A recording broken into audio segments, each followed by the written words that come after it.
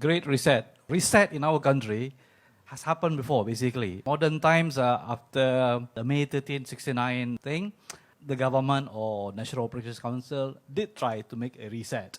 And then when some crisis happened, 1988, 89, Umno, the judiciary crisis, it always involved the political factor there, even in 98, the sacking of Anwar Ibrahim. Rethinking is to lead to some institutional changes, perhaps. Many of the institutional changes that the Pakatan Harapan thought they had time to slowly put into place, but of course they didn't have time. So if this is the great crisis that needs the great reset, then we really do have to think of institutional reforms and not only a rethink. For example, in Malaysia, you can't escape race and race-based politics and racial politics is there. Okay, whether you like it or not. But we don't have to throw ourselves into that. We have to navigate along that.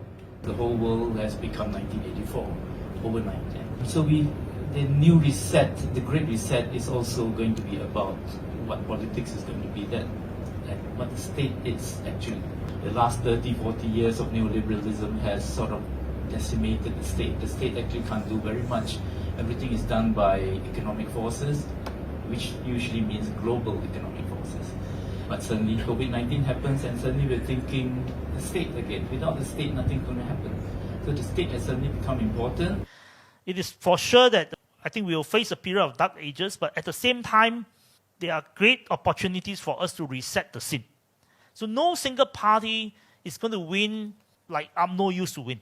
There's not going to be a party that wins more than 70 seats in Parliament, which will mean that in the years to come, or in the foreseeable future, government will be formed by parties of similar strength.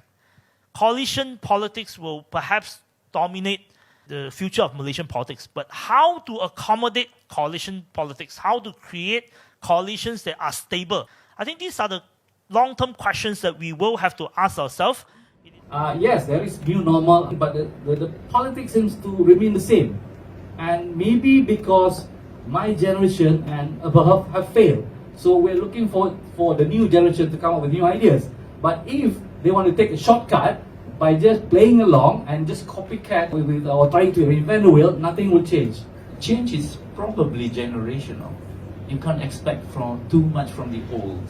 They might say the right things about reforms and whatnot. When push comes to shove, they take the road, the comfortable road in some sense. They lack the idealism, if you like.